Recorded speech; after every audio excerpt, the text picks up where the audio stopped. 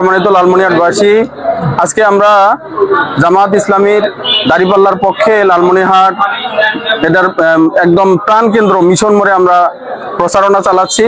আমরা আপনাদের অবগতির জন্য জানাচ্ছি যে আমরা যদি বিজয়ী হই এখানে লালমনিরহাট 3 আসনে, এখানে যদি জনগণের সাপোর্ট নিয়ে আল্লাহ আমাদেরকে বিজয় দান করেন, তাহলে এখানে আমরা কয়েকটা বিষয়ে অগ্রাধিকার ভিত্তিতে করব ইনশাআল্লাহ। তার মধ্যে প্রথম হলো আমরা যোগাযোগ ব্যবস্থাকে সর্বোন্নত করব। যোগাযোগ ব্যবস্থা যত ভালো হবে, যেখানে যত যোগাযোগ ব্যবস্থা ভালো হয় সেখানে উন্নয়ন তত ভালো হয়। এই কারণে আমরা যোগাযোগ ব্যবস্থাটা ভালো করব। এরপরে স্বাস্থ্যগত বিষয় আছে, দল মত ধর্ম নির্বিশেষে সবার জন্য যেটা সবচেয়ে বেশি প্রয়োজন সেটা হলো স্বাস্থ্যগত বিষয়। এখানে আমাদের একটা হাসপাতাল আছে, কিন্তু এই হাসপাতালটা যেভাবে হওয়া দরকার আধুনিকায়ন করার কোনো এখন পর্যন্ত করা হয় নাই। আমরা যদি বিজয়ী হই তাহলে অবশ্যই এই হাসপাতালটা আমরা আধুনিকায়ন করব।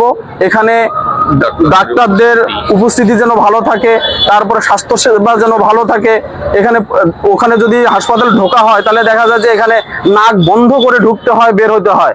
রুগী যদি একজন ভালো মানুষও ঢুকে এরপর রুগী হয়ে বের হইতে হয়, এমন একটা অবস্থা।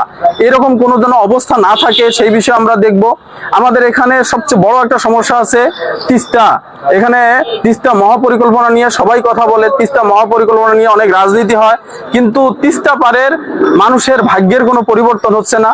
আল্লাহ যদি আমাদেরকে বিজয়ী করে তাহলে অবশ্যই আমরা তিস্তা মহাপরিকল্পনা বাস্তবায়নের জন্য সর্বোচ্চ চেষ্টা করব, এবং তিস্তা পারের যারা এই অসহায় ব্যক্তিরা আছে তাদের পুনর্বাসনের জন্য আমরা সর্বোচ্চ চেষ্টা করব। আমরা এখানে শিক্ষা থেকে অনেক বেশি বঞ্চিত। আমাদের একটা ইউনিভার্সিটি আছে, এরপরও এখন পর্যন্ত স্থায়ীভাবে সেটার কোনো কার্যক্রম আমাদের চোখে পরিলক্ষিত হচ্ছে না।